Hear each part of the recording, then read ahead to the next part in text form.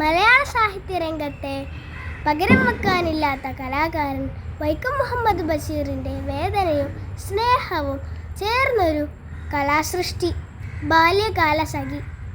താമരപ്പൂങ്കാവനത്തിൽ താമസിക്കുന്നോളെ, പഞ്ചവർണ്ണ പൈങ്കിളിയിൽ പങ്കുറങ്കുള്ളോളെ, പങ്കുറങ്കുള്ളോളെ, പൂനിലാവ് വന്ന് പൂവിതറുന്നുണ്ട്, പൂക്കളിൽ റാണിയായി പൂത്തു നിൽക്കുന്നോളെ, പൂത്തു നിൽക്കുന്നോളെ.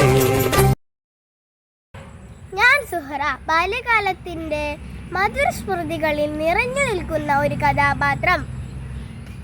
വൈക്കം മുഹമ്മദ് ബഷീറിൻ്റെ ഉള്ളിൽ നിന്നും ഉയർന്നു വന്ന സ്നേഹത്തിൻ്റെ ഏറ്റവും ശുദ്ധമായ രൂപം.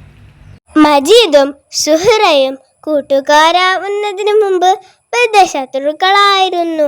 അന്നത്തെ ചില ബാല്യകാല ഓർമ്മകളുടെ ദൃശ്യാവിഷ്കരണം.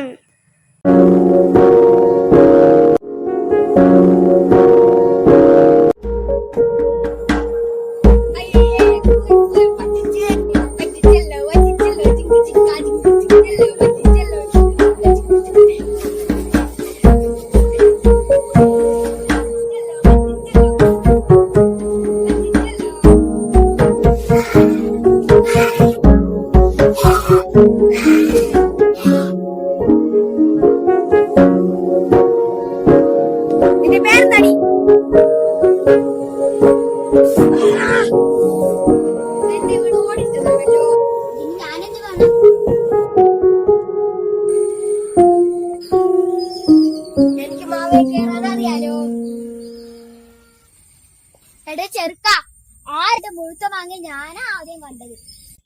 നിനക്ക് ധൈര്യം ഉണ്ടെങ്കിൽ ഇപ്പൊ കേറി.